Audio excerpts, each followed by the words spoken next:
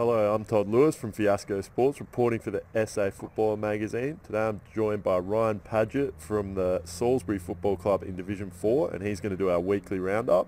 So we'll just go through the results from the weekend. Westminster got over Eastern Park by 7 goals. Hope Valley got over Kenilworth by 11 goals. Edwardstown had a close win over Paraka by 4 points. And Salisbury had a big win over Colonel Light Gardens by 14 goals. So obviously a good result for you there.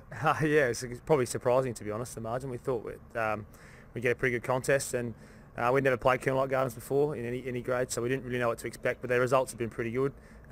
We probably had a good week in that we got a couple of blokes back in who hadn't played a lot of footy this year who made a bit of difference to us. We know they had a late hour or two that probably helped us as well, so it was probably a bit of a perfect storm, but no, really happy with the result. Yeah, what were some of the keys to the game, do you think, that got the good result on the weekend? We started pretty well. I think we kicked 2-7 in the first quarter. We probably left them in it a little bit just with the inaccuracy with the breeze, and they probably felt they had a bit of a sniff in the second quarter. We dropped off a little bit and they picked up their intensity, but I think we put some score pressure on just before half time. I think we kicked 4 or 5 in the last 10 minutes before the end of the second quarter, which sort of put the game away a little bit for us, which helped.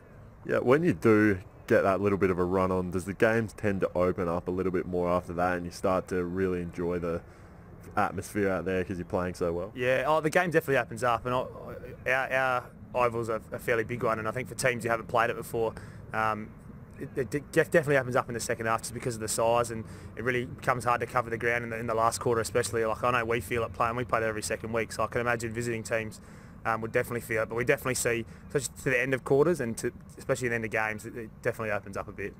Okay, we'll just move on to next week's fixtures. If I can just get your tip on each game. Eastern Park take on Kenilworth.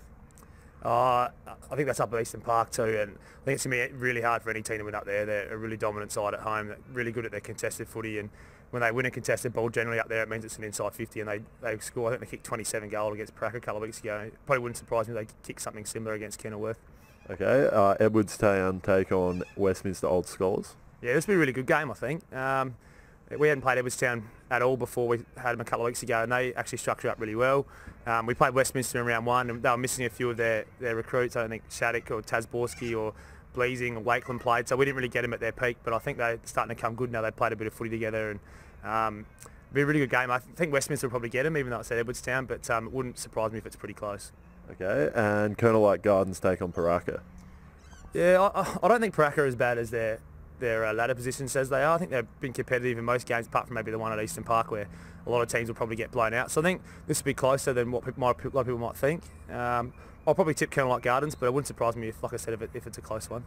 Okay, and your boys have the bye this week, so what's the plan for the week off? Yeah, we're going to do something a bit different. I think we'll have a light night Tuesday night, which is usually our heavy night, and then Thursday we'll probably have the heavier night.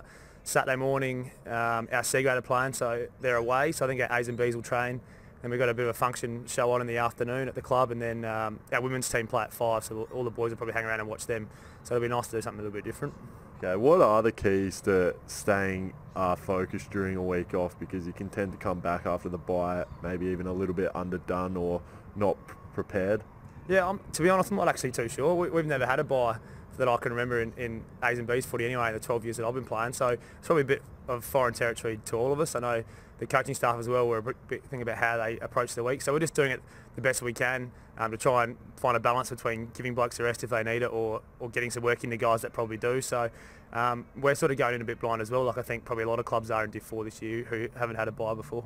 Yeah, and obviously you mentioned that some blokes will be having a little bit of a lighter week. Are there blokes in your team at the moment that have got a few niggles and things who will probably appreciate the week off? Yeah, I know I'll appreciate the week off. I've played all 5, so I think the blokes who have played a lot of footy will probably have a bit lighter week, and some of the blokes who might have only played 2 or 3 out of the 5 might do a little bit more, but it's just trying to find a balance, and I think the coaching staff are pretty good at working out who needs the week to sort of tone down a little bit and who needs the week to do a bit of work. So it might be a little bit different for some blokes, but most blokes will probably, like I said, have a light night Tuesday, heavier night Thursday, and then do some skills on Saturday morning.